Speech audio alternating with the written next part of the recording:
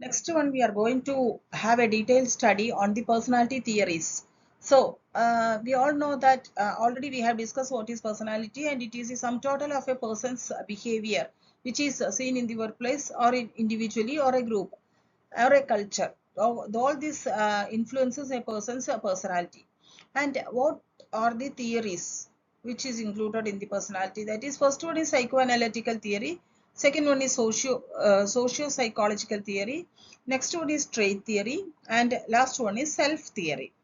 We can have a detailed study about each one of these theories. And first one is psychoanalytical theory, which is developed by Sigmund Freud. Posits that personality is shaped by unconscious drives and internal conflicts between the id, ego, and superego. It suggests that personality development occurs through psychosexual stages and that a person's behavior is influenced by unresolved conflicts, with the ego acting as a mediator between its desire and superego's moral and the demands of reality. So, Sigmund Freud identified a person's personality into three stages. Id stage. Id stage is also known as pleasure stage. Pleasure principle. That is, when a child at the birth time, when a child is hungry, it started crying, and by crying that its mother understood that the child is feeling hungry, and they will feed.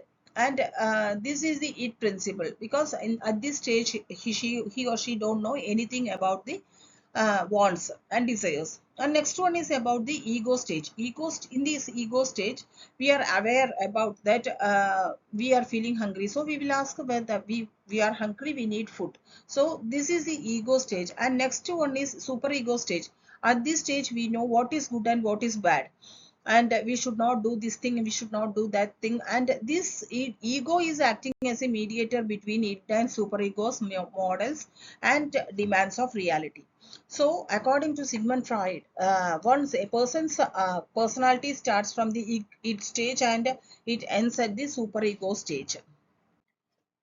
Next one is about the socio-psychological theory. That is the contribution of Adler, Horney, and Forman and Sullivan. This theory is also called as Neo-Freudian theory because it differs from the Freud psychoanalytical theory in the following respects. So, social, that is a family, all these things, warmth, society, everything includes in social. Psychology includes the feelings, thoughts, actions, etc. All this includes in psychology. So, social plus psychology is known as socio-psychology.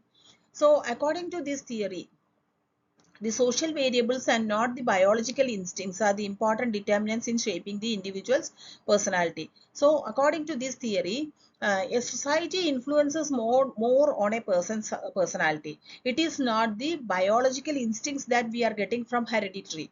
So, here the motivation is conscious. That is, an individual knows what are his needs and wants and what kind of behavior is required to meet these needs. So, motivation is always conscious in this socio-psychological theory.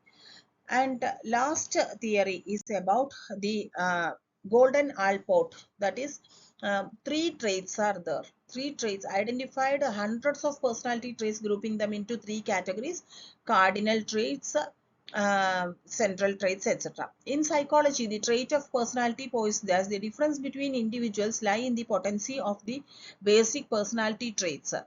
This approach lists a large number of traits and individual differences between human beings and then assesses how they might add up to form somebody's personality. Trait theory differs from other personality and social psychology theories like Fred Fiedler contingency theory and Sigmund Freud psychoanalytical theory.